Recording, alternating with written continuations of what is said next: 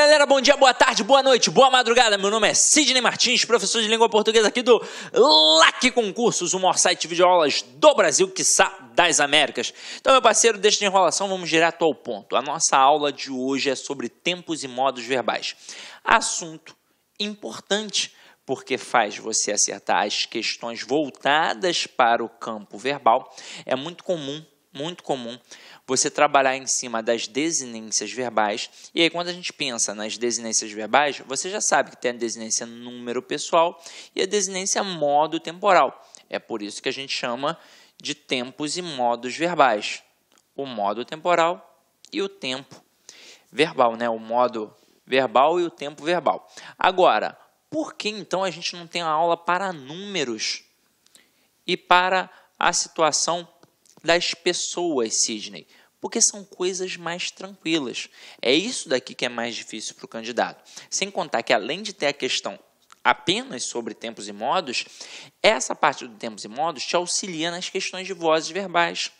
Você vai ver na aula de vozes verbais que a gente, para passar da ativa para a passiva, a gente, além de trabalhar com o verbo transitivo direto, que é uma exigência, fazer o cruzamento, transformar o verbo numa locução verbal, eu ainda assim tenho que manter no mesmo tempo e no mesmo modo verbal.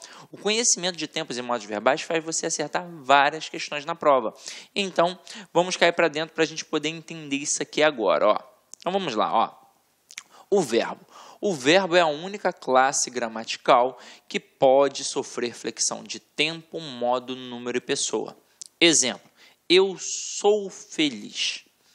Eu fui feliz e eu serei feliz. Então, eu tenho uma estrutura no passado, eu tenho uma estrutura no presente e eu tenho uma estrutura no futuro. Então, ó, eu sou feliz é presente, eu fui feliz é passado e eu serei feliz é o quê? É um futuro. Agora, para que a gente possa entender isso para valer, vou mostrar uma parada bacana para vocês. Ó. Pensei em verbo. Pensei num cara muito importante. Pensei num cara que vai indicar ação. Pensei num cara que vai indicar estado. Pensei num cara que vai indicar fenômeno da natureza. É por isso que ele é importante, Sidney? Não. Ele, na verdade, é muito importante porque é responsável por um processo. Que processo é esse? O principal processo do sistema linguístico na língua portuguesa, que é o sistema SVC. Porque ele é responsável. Então, ele me diz quem é ele próprio, ele me diz quem é o sujeito, ele me diz quem é o complemento. Ou seja, o verbo acaba demandando todos os termos da oração. Quem é sujeito, quem é predicado, quem é objeto direto, objeto indireto, por aí vai. Tudo passa por ele.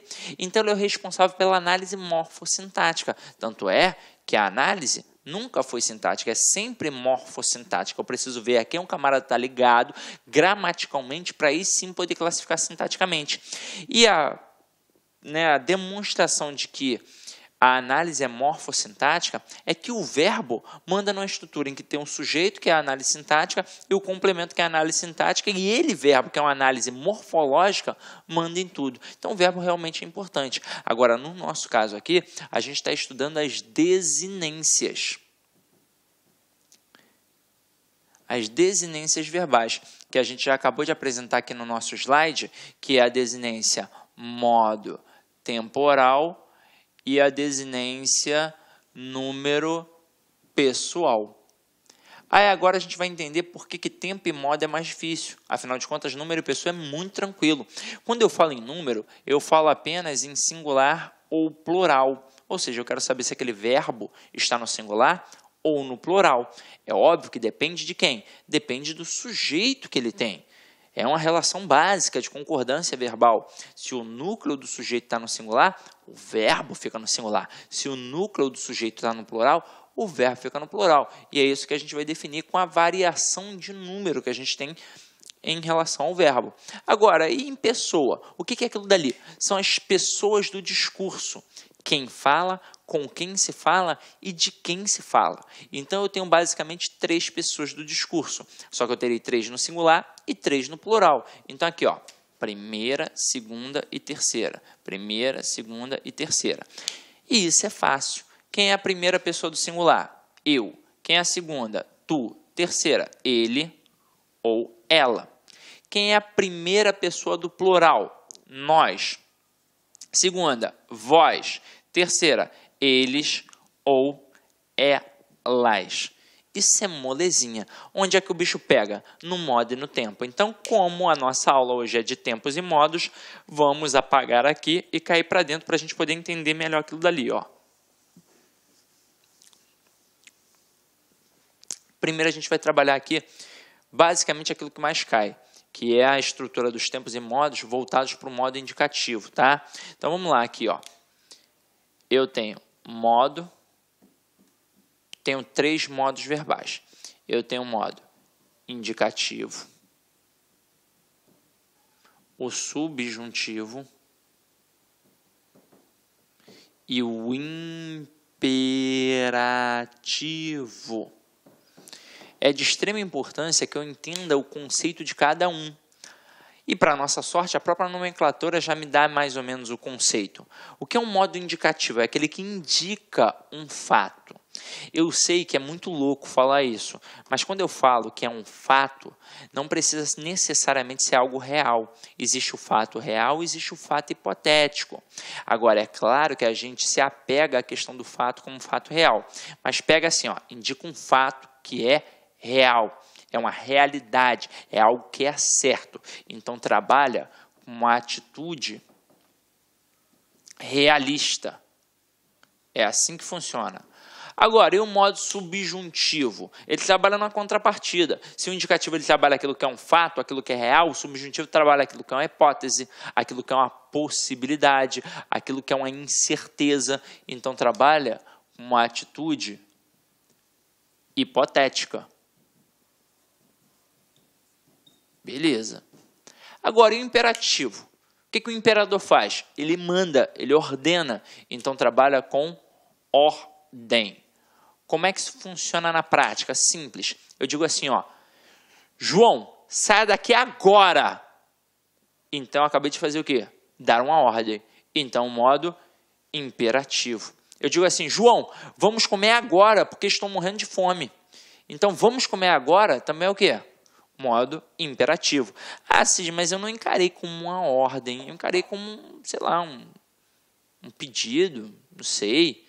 Gente, não precisa ser necessariamente ordem. Ah, é a ordem. Pode ser um pedido, pode ser uma súplica, pode ser um conselho. Agora, o teor imperativo, o teor da ordem, ele está por ali. Então, o modo imperativo, basicamente, ele indica uma ordem. Agora, e se eu falar assim, ó, o João quebrou um copo. Então, eu agora não dei uma ordem. Não tem como eu pensar na concepção de modo imperativo. Aí eu vou pensar no modo indicativo e no subjuntivo. Se eu estou falando que o João quebrou um copo, isso não pode ser uma possibilidade. Isso só pode ser algo que realmente aconteceu. Isso é um fato real. Isso é uma certeza. Então, se é uma certeza, é o modo indicativo. E se eu falar assim, ó, João talvez soubesse as respostas da prova. O João sabe, talvez soubesse. Então, é uma possibilidade. Por isso, é um modo indicativo, porque trabalha em cima de uma hipótese. Tranquilo ou não tranquilo? Tranquilo, né? Então, vamos lá. Ó. Próximo agora é o mais difícil. Ó, é o tempo. Aí, quando eu penso em tempo, eu também tenho 3 tempos verbais. A gente se habitua, desde a época da escola, a falar passado, presente e futuro. Mas a gente vai chamar aqui, ó, de pretérito, presente e futuro. Agora, se liga. Por que o tempo é mais difícil que o modo? Porque o tempo se ramifica, coisa que não acontece com o modo. O modo são 3, pronto e acabou. Agora, o tempo, ele vai se ramificar. O presente não, porque ele é pontual, está acontecendo. Mas o futuro, ele se ramifica em futuro do presente e futuro do pretérito. O pretérito também se ramifica em pretérito perfeito, pretérito imperfeito e pretérito mais que perfeito. De todos eles, sem sombra de dúvidas, o que acaba caindo mais nas provas é o pretérito, a começar pelo maior número de ramificações, sem contar que o aluno, eu já mencionei isso a vocês, ele não aprende realmente na escola a diferença de perfeito para imperfeito para mais que perfeito. Pode ser até que tenha aprendido, mas talvez tenha esquecido. Mas normalmente eu pergunto, e aí, lembra que você estudou isso na escola? O cara, não lembro. Sabe a diferença? Não sei. E é algo super tranquilo. Basta eu saber o conceito da palavra perfeito. É só olhar no dicionário. A palavra perfeito significa completo. Como assim, Sidney? É isso mesmo? É. Por exemplo, quando o médico entrega o filho na mão das mães, ele sempre diz assim, ó, seu filho nasceu perfeito. Lá na hora do parto, ele disse, seu filho nasceu perfeito. O que significa isso? Que ele nasceu completo, que ele nasceu com boquinha, com bracinho, com perninha, com orelhinha e por aí vai. Então dizer que eu tenho um pretérito perfeito é a mesma coisa que dizer que eu tenho um passado completo. Ou seja, um passado completamente realizado. Como é que isso funciona, Sidney? Você me pergunta, Sidney, o que você fez ontem? Aí eu digo, ontem eu joguei bola. E aí se eu joguei bola, joguei bola. É passado, não é passado? E não já acabou? Já acabou. Então, se já acabou, é um passado completamente realizado. Então, um pretérito perfeito. Agora, e o pretérito imperfeito? Aí se liga. Perfeito é completo. Este prefixo in aqui, ele é um prefixo de negatividade. Então, é óbvio que o imperfeito não vai me dar essa noção de completude. Ele vai negar aquela completude. Aí vai me dar uma noção de quê? De continuidade. Então, vamos anotar aqui, continuidade. É um processo contínuo, é uma rotina, é um hábito. Então, você me pergunta, Sidney, o que você fazia há 15 anos? Aí eu vou responder, eu só jogava videogame.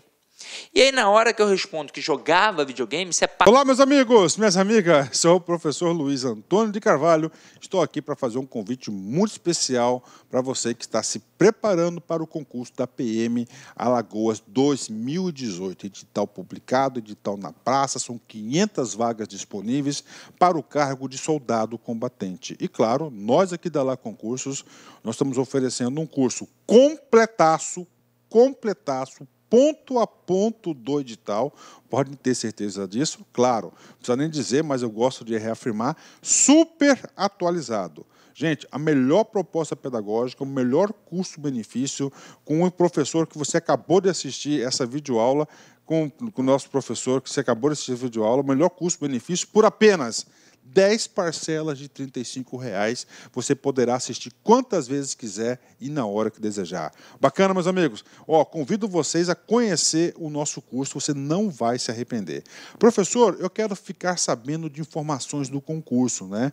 Nós aqui da Lá Concursos, inclusive nós estamos preparando uma bateria de aulões ao vivo, né? O nosso canal no YouTube é um canal muito poderoso, um canal aí que nós temos bastante inscritos e claro que a gente vai atender de uma forma bastante atenciosa o concurso da PM. Então, convido vocês a enviarem um e-mail para 65997199373, que nós vamos fazer uma lista de transmissão exclusiva para a PM de Alagoas. Basta enviar um WhatsApp, né, com a PM Alagoas, né, PM LA, que nós vamos estar encaminhando informações, dicas, exercícios, avisos, né? Vamos colocar toda a nossa equipe de marketing da LAC Concursos aí à disposição de você que vai estar estudando da PM Alagoas. Bacana, meus amigos? Espero vocês aqui na LAC.